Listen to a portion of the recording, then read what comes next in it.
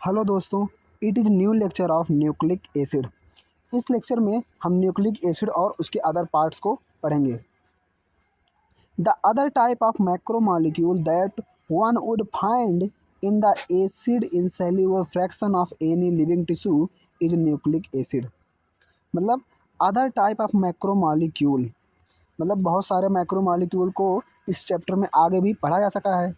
तो उसके बाद जो दूसरा एक मैक्रोमॉलिक्यूल है दैट वन वुड फाउंड, जो कि एक पाया जा सकता है इनसेल्युलर फ्रैक्शन में किसी भी लिविंग टिश्यू और लिविंग सेल में, जिसे हम क्या कहते हैं न्यूक्लिक एसिड। मतलब न्यूक्लिक एसिड वह दूसरा मैक्रोमॉलिक्यूल फ्रैक्शन है जो कि इनसेल्युलर फ्रैक्शन में पाया जाता है किसी भी लिविंग टिश्यू के।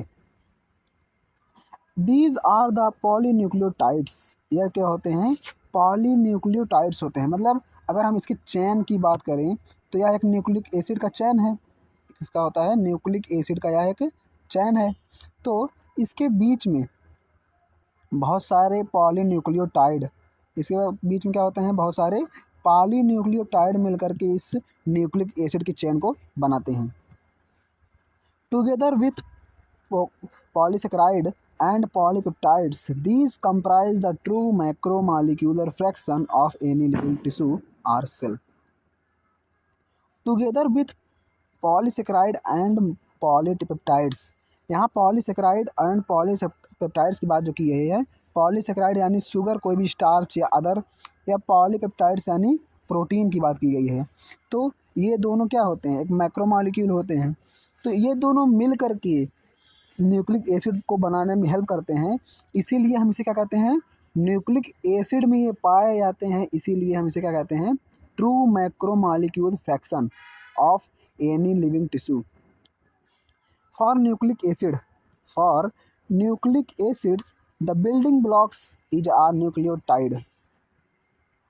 यह जो न्यूक्लियोटाइड होता है यह एक यूनिट की तरह यानी इकाई की तरह काम करता है। किसमें? न्यूक्लिक एसिड में। माने अगर हम यहाँ न्यूक्लिक एसिड की किसी चेन को देखें तो उसके बीच बीच में एक यूनिट यानी इकाई की तरह न्यूक्लियोटाइड पाया जाता है। A nucleotides has 3 chemically distinct components. एक जो न्यूक्लियोटाइड्स होता है उसके 3 अदर पार्ट केमिकली अलग होते हैं। One is a heterocyclic compound, second is a monosaccharide and third is a phosphoric acid. 3 part कौन कौन से हैं? एक होता है हेट्रोसाइक्लिक कंपाउंड, मतलब जो न्यूक्लिक एसिड है उसमें एक, अगर हम माने यह न्यूक्लिक एसिड है तो न्यूक्लिक एसिड में एक पाया जाता है हेट्रोसाइक्लिक कंपाउंड, दूसरा पाया जाता है फास्फोरिक एसिड, तीसरा पाया जाता है मोनोसेक्राइड। मोनोसेक्राइड में पेंटोज शर्करा पाई जाती है। अगर हम आगे देखेंगे तो as you soon notice as you notice in 9.1 figure 9.1, अगर आपने 9.1 में नोटिस किया होगा तो कि heterocyclic compounds in nucleic acids are the nitrogenous bases named adenine, guanine, uracil, cytosine, thymine. अगर आपने 9.1 फिगर में नोटिस किया होगा तो जो हेट्रोसाइक्लिक कंपाउंड्स जो कि न्यूक्लिक एसिड में पाए जाते हैं वे नाइट्रोजनस बेस होते हैं। यानी वह, उनका नाम क्या हो सकता है? Adenine, guanine, uracil, cytosine and thymine. Adenine and guanine are the substituted purines while rest are the substituted pyrimidines। यह जो एडेनिन और गुआनिन है वह प्यूरिन होता है। प्यूरिन माने इसमें 2 कार्बन की रिंग पाई जाती है, और पिरिमिडीन जो होता है उसमें 1 कार्बन की रिंग पाई जाती है। इसमें क्या होता है? पिरिमिडीन में 1 कार्बन की रिंग और प्यूरिन में 2 कार्बन की रिंग पाई जाती है। बात करें तो हम यहाँ देख सकते हैं कि यह जो पार्ट है, यह जो एडेनिन को दिखाया गया है प्यूरिन है जिसमें 2 कार्बन की रिंग पाई जाती है, और पिरिमिडीन जिसमें 1 कार्बन की रिंग पाई जाती है। और यह जो प्यूरिन है वह एग्जाम्पल एडेनिन है, और दूसरा जो होता है वो क्या होता है? गुआनिन। मतलब एडेनिन, अगर हम देखें तो एडेनिन और गुआनिन एक एग्जाम्पल होता है किसका? प्यूरिन का। और वहीं बात की जाए जो अलग अलग और पाए जाते हैं यूरेसिल, थाइमिन, और अलग जो होते हैं वो किसके होते हैं? पिरिमिडीन के पार्ट्स होते हैं। ये किसकी? ये तो हेट्रोसाइक्लिक कंपाउंड हो गए। पहला पार्ट न्यूक्लिक एसिड का पहला पार्ट ये था हेटेरोसाइक्लिक कंपाउंड, और दूसरा अगर हम बात करें तो यह जो पेंटोज शुगर पाया जाता है, जिसे हम सैकराइड कह रहे थे न्यूक्लिक एसिड में, यही पाया जाता है। और अगर हम आरएनए की बात करें तो राइबोज, और डीएनए की बात करें तो डीऑक्सीराइबोज। मतलब अगर हम इस कार्बन में नंबरिंग करते हैं तो ये पहला, ये दूसरा, तो दूसरे से ऑक्सीजन निकालने के बाद इसे हम डीऑक्सीराइबोज शर्करा भी कह देते हैं, जो कि हम आगे पढ़ेंगे। अगर हम वही बात करें कि कौन सा फास्फोरिक पाया जाता है, जो कि कौन सा पाया जाता है, H3PO4, H3PO4, यह जो फास्फोरिक एसिड पाया जाता है, जो कि फास्फेट है, जो कि न्यूक्लिक एसिड में बनाने में मदद करता है। वहीं अगर हम आगे देखें तो the skeletal heterocyclic ring is called the purine and pyrimidine respectively. मतलब जो स्केलेटन होता है, जो एक बॉडी बनाती है पूरी, वह पिरिमिडिन और प्यूरिन होती है। प्यूरिन को बताया गया है कि यह 2 कार्बन की रिंग होती है, और वहीं पिरिमिडिन को बताया गया है कि यह 1 कार्बन की रिंग होती है। And the sugar found in the polynucleotides is either ribose, जो कि एक मोनोसेकेराइड पेंटोज शर्करा है, अथवा आर 2-डीऑक्सीराइबोज। पहले ही बताया था कि अगर राइबोज के दूसरे कार्बन से ऑक्सीजन हम निकाल लेते हैं तो जो बचा होता है उसे हम क्या कहते हैं, डीऑक्सीराइबोज। और 2 यहाँ दिखाया गया है, जो कि रिप्रेजेंट करता है कि यह जो ऑक्सीजन निकाला गया है वह दूसरे कार्बन से निकाला गया है। A nucleic acid containing deoxyribose is called the deoxyribonucleic acid यानी DNA, while जबकि that which contains ribose is called the RNA। यह 2 प्रकार के न्यूक्लिक एसिड जो हमारे बॉडी में पाए जाते हैं, एक DNA एक RNA, deoxyribo nucleic acid and ribo nucleic acid. Structure of proteins. Proteins, as mentioned earlier, are the heteropolymer containing the strings of amino acid। Protein के बारे में हमने पहले भी पढ़ रखा है कि यह एक हेटेरोपॉलीमर होता है। हेटेरोपॉलीमर मतलब अगर हम देखें ये प्रोटीन कोई चैन है तो उसमें जो पाए जाने वाले अमीनो एसिड होते हैं, क्योंकि अमीनो एसिड ही क्या करता है, कंटेन करता है, एक यूनिट की तरह काम करता है। तो इसमें अमीनो एसिड जो पाए जाते हैं, ये मान लीजिए X, तो ये Y, ये Z, मतलब अलग अलग प्रकार के अमीनो एसिड पाए जाते हैं, इसीलिए हम क्या कहते हैं, heteropolymer. Structure of molecules means different things in the different context. जो यह जो प्रोटीन का मॉलिक्यूल का जो स्ट्रक्चर है वह अलग अलग तरीके से रिप्रेजेंट किया गया है। अगर हम देखें तो in organic chemistry the structure invariably refers to the molecular formula. Example NaCl, MgCl2 et cetera. In inorganic chemistry, अगर हम इनऑर्गेनिक केमिस्ट्री में देखें तो जो स्ट्रक्चर दिखाया जाता है, जो रिफ़र माने प्रदर्शित किया जाता है, रिप्रेजेंट किया जाता है, वह इस प्रकार होता है कि NaCl, MgCl2 etcetera. Organic chemist always write a 2-dimensional view of the molecule while the representing the structure of molecules, example benzene and naphthalene। अगर हम वहीं ऑर्गेनिक केमिस्ट की बात करें, मतलब वह इंसान जो ऑर्गेनिक के बारे में बहुत जानता है, तो उसे हम क्या कहते हैं, ऑर्गेनिक केमिस्ट। वह क्या होता है कि हमेशा right to a two dimensional view of molecule, किसी भी मॉलिक्यूल को रिप्रेजेंट करने, एग्जामिन करने या पता लगाने के लिए या जांच करने के लिए बेंजीन और नेफ्थलीन जैसे कि 2-डायमेंशनल व्यू देता है स्ट्रक्चर, मतलब किसी भी स्ट्रक्चर को 2-डायमेंशनली बताता है। Physicist conjure up the three dimensional views of molecular structures while biologists describe the protein structure at 4 levels। कोई भी फिजिसिस्ट जो होगा, जो कि भौतिकविद होगा, वह कंज्यूर अप मतलब शीघ्रता से, जल्दी से जानने के लिए किसी भी मॉलिक्यूल का 3-डायमेंशनल व्यू मतलब 3D में स्ट्रक्चर रिप्रेजेंट करता है। और वहीं अगर हम बायोलॉजिस्ट की बात करें तो यह क्या होता है, 4 लेवल, प्रोटीन के कितने लेवल को डिस्क्राइब किया है, 4 लेवल को डिस्क्राइब किया है।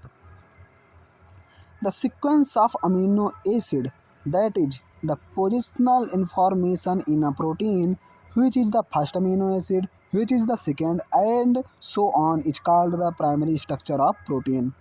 मतलब जो प्राइमरी स्ट्रक्चर है, मतलब 4 लेवल में बांटे गए हैं प्रोटीन को, 1 2 3 4। तो पहला लेवल जो है प्रोटीन का, अगर हम देखें तो यह प्राइमरी स्ट्रक्चर प्रोटीन का ऐसा होता है कि जिसमें सीक्वेंस ऑफ मतलब पोजिशनल इन्फॉर्मेशन मिलती है, पोजीशन के हिसाब से उनमें इन्फॉर्मेशन मिलती है कि कौन सा, which is the first amino acid, कौन सा अमीनो एसिड पहला है और कौन सा अमीनो एसिड सेकंड वाला है, और सो और मतलब लगातार कौन कौन से अमीनो एसिड हैं। अगर हम वह पता कर सकते हैं तो इस स्ट्रक्चर को प्राइमरी स्ट्रक्चर कहते हैं। वही बात करें तो a protein is imagined a line, the left and represented by the first amino acid and the right and is represented by the last amino acid. अगर हम किसी भी अगर हम देखें तो किसी भी अगर हम मतलब प्रोटीन को अगर हम एक लाइन माने तो जो पहला होगा उसे हम क्या कहेंगे, फर्स्ट अमीनो एसिड, और जो लास्ट वाला होगा उसे हम लास्ट अमीनो एसिड कहेंगे। मतलब कि पहले अमीनो एसिड को, मतलब यानी कह सकते हैं लेफ्ट वाले अमीनो एसिड को फर्स्ट अमीनो एसिड और राइट वाले अमीनो एसिड को लास्ट वाला अमीनो एसिड कहेंगे। The first amino acid is also called N terminal. जो फर्स्ट अमीनो एसिड होता है वह हमेशा एन टर्मिनल कहलाता है। And the last amino acid is called the C terminal amino acid. पहला amino acid N terminal and last amino acid is known as C terminal. अब Y is called C or N terminal.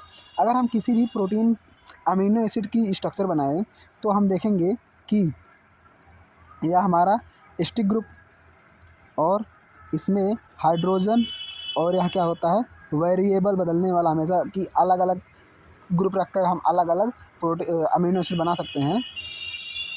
तो अगर हम देखें तो यहाँ left और right से चलेंगे तो इसे जो कि इसे हम ऊपर या नीचे कर दें तो यह वाला जो है पहला आएगा, तो इसे हम एन टर्मिनल कहेंगे क्योंकि इसमें नाइट्रोजन है, और हाइड्रोजन के स्थान पर जब एस्टिक ग्रुप रखा जाएगा तो अगर ये यहाँ रखा जाएगा तो इसे हम क्या कहेंगे, कार्बन टर्मिनल।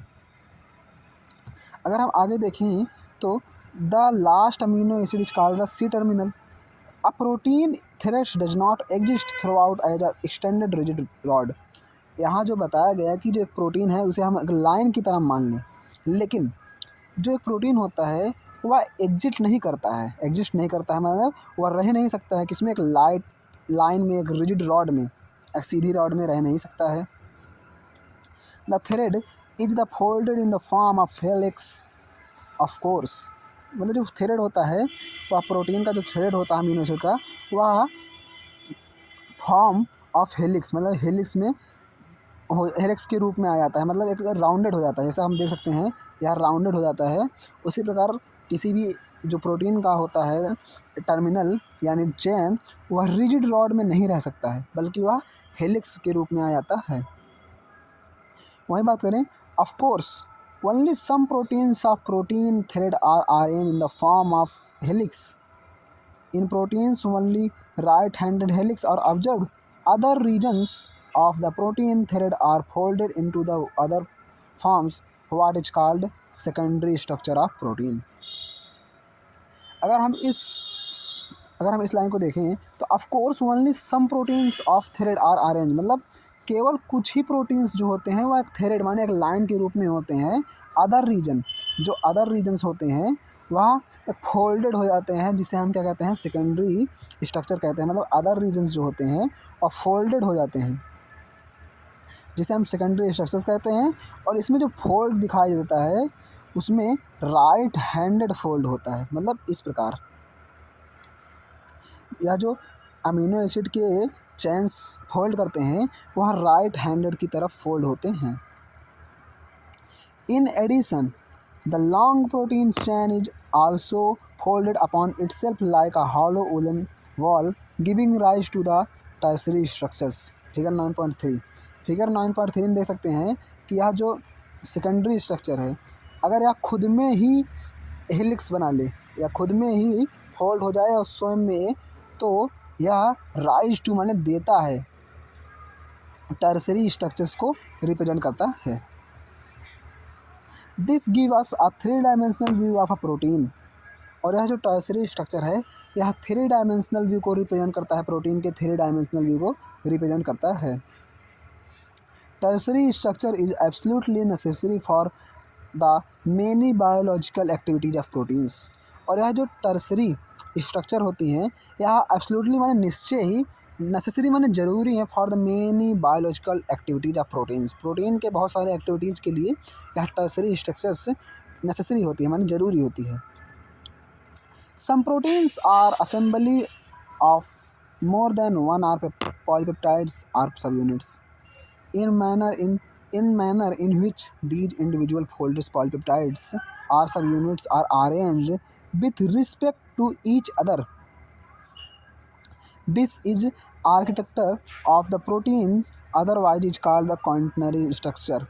अगर हम देखें तो some protein units, some proteins मतलब यहाँ अमीनो एसिड की बात नहीं की गई है, प्रोटीन्स की बात की गई है, मतलब पूरे प्रोटीन के चैन ही उनके यूनिट, अगर उनकी यूनिट जो है इंडिविजुअली मैंने अलग अलग कई सारे चेन इंडिविजुअली किसी में अरेंज हो जाएं with respect to each other, तो यह जो होता है क्या कहलाता है, क्वाटर्नरी स्ट्रक्चर्स, माने यह चौथा स्ट्रक्चर बन जाता है प्रोटीन का। अगर हम देख सकते हैं कि इसमें एक यह स्ट्रक्चर है और एक यह, मतलब दो प्रोटीन के अलग अलग चैन जब मिल करके किसी स्ट्रक्चर को बनाते हैं तो उसे हम क्या कहते हैं, क्वाटर्नरी स्ट्रक्चर कहते हैं। अगर हम डिफरेंस देखें तो पहले स्ट्रक्चर्स में जो होता है, अगर हम डिफरेंस देखें तो पहले स्ट्रक्चर में यह केवल एक प्रोटीन की चैन होती है और दूसरे स्ट्रक्चर में भी एक ही होता है, बस उसके अलग अलग दो होते हैं, जैसे कि अल्फ़ा हेलिक्स अथवा बीटा सीटेड, माने सेकेंडरी स्ट्रक्चर्स की दो पार्ट होती हैं। वहीं टर्सरी की बात करें तो उसमें भी केवल प्रोटीन की एक ही चैन होती है। लेकिन अगर हम क्वाटर्नरी प्रोटीन की बात करें तो उसमें प्रोटीन की दो या दो से अधिक चैन मिल करके एक स्ट्रक्चर बनाते हैं जिसे क्वाटर्नरी प्रोटीन का स्ट्रक्चर कहते हैं। In adult human haemoglobin consist of 4 सब यूनिट्स प्रोटीन, मतलब जो अडल्ट ह्यूमन होता है उसका हीमोग्लोबिन की बात की जाए तो उसमें 4 सब यूनिट प्रोटीन पाए जाते हैं।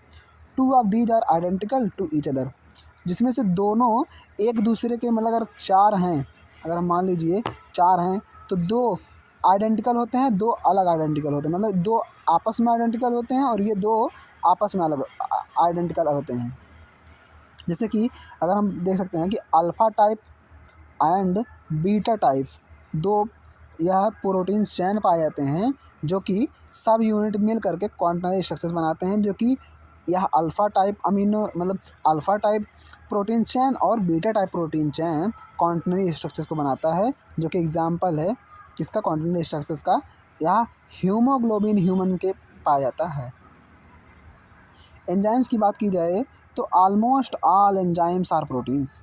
अगर हम देखें तो ऑलमोस्ट माने मैक्सिमम जो एंजाइम्स होते हैं वह प्रोटीन्स होती हैं। There are some nucleic acids are behave like enzymes, यहाँ कुछ न्यूक्लिक एसिड भी किसकी तरह बिहेव करते हैं, एंजाइम की तरह। दीज आर कॉल्ड राइबोजाइम्स, और यह जो न्यूक्लिक एसिड होते हैं वह राइबोजाइम्स की तरह के नाम से जानी जाती हैं। One can depict an enzyme by a line diagram, हम मतलब किसी भी एक एंजाइम को लाइन की तरह, लाइन के रूप में, लाइन डायग्राम के रूप में चित्रित कर सकते हैं, जैसे कि डिपिक्ट का मतलब होता है चित्रित करना। An enzyme like any protein has a primary structure that is amino acid sequence of protein, मतलब किसी भी एक एंजाइम में प्रोटीन की तरह प्राइमरी स्ट्रक्चर पाया जाता है जिसमें अमीनो एसिड की सीक्वेंस को हम देख सकते हैं। An enzyme like a protein has secondary and tertiary structures, और एक एंजाइम या उससे अलग जो एंजाइम्स होती हैं उनमें प्रोटीन की तरह सेकेंडरी एंड टर्सरी स्ट्रक्चर भी पाया जाता है। When you look at a tertiary structure, you will notice that backbone of protein chain upon itself, folds upon itself, the chain crisscross itself, and hence many cervixes or pockets are made.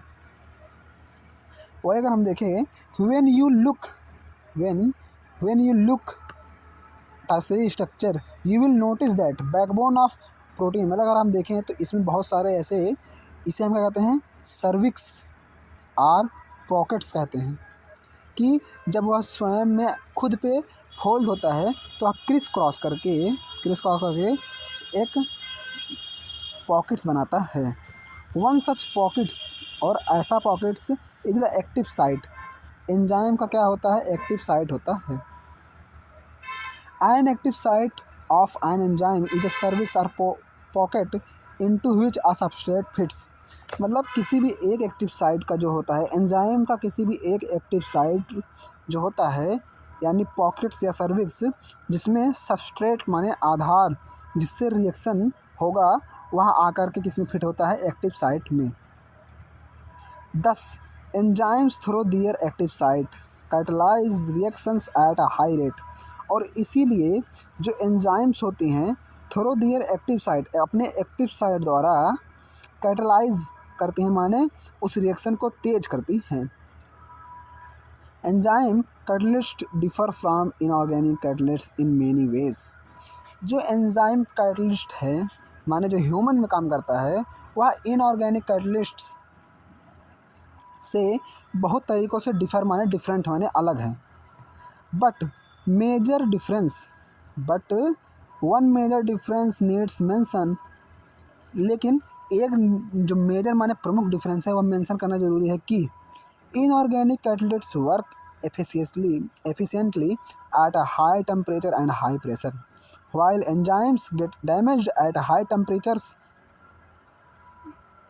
अगर हम देखें तो inorganic जो catalyst होती हैं वह efficiently माने मतलब 100% कार्य को कर सकती हैं किस पे, हाई टेम्परेचर पर। वहीं बात की जाए एंजाइम की तो गेट डैमेज्ड, मतलब वह अपने नेचर को खो देती हैं, वह अपना काम नहीं कर पाती हैं किस पे, हाई टेम्परेचर पर। और हाई टेम्परेचर कितना, हम कह सकते हैं कि 40 डिग्री प्लस, 40 डिग्री सेल्सियस से प्लस जाने पर एंजाइम काम नहीं करता है। However enzymes isolated from organisms who normally live under the extremely high temperatures, hot winds and sulfur। However, जबकि कुछ जो एंजाइम्स हैं वो आइसोलेटेड माने पाए गए हैं, निकाले गए हैं ऐसे ऑर्गेनिज्म से जो कि एक्सट्रीमली हाई टेम्परेचर में रहते हैं, जैसे कि hot vents and the sulphur spring. ये दोनों क्या है, ऑर्गेनिजम्स हैं जहाँ से ऐसे एंजाइम्स पाए गए हैं जो कि हाई टेम्परेचर पर काम कर सकते हैं। They are stable and retain their catalytic power even high temperature up to 80 to 90 degree Celsius. और यह जो एंजाइम्स होते हैं वह मैक्सिमम अपने मतलब कैटलिक पावर को, कैटलाइज करने की पावर को बनाए रखते हैं किस तक, 80 से 90 डिग्री सेल्सियस तक। थर्मल स्टेबिलिटी, दिस इज दस an important quality of such enzymes isolated from thermophilic organisms, मतलब यह जो थर्मल स्टेबिलिटी पाई जाती है वह इम्पॉर्टेंट है ऐसे एंजाइम्स की तरह जो कि थर्मोफिलिक होते हैं, माने वह टेम्परेचर में रहते हैं।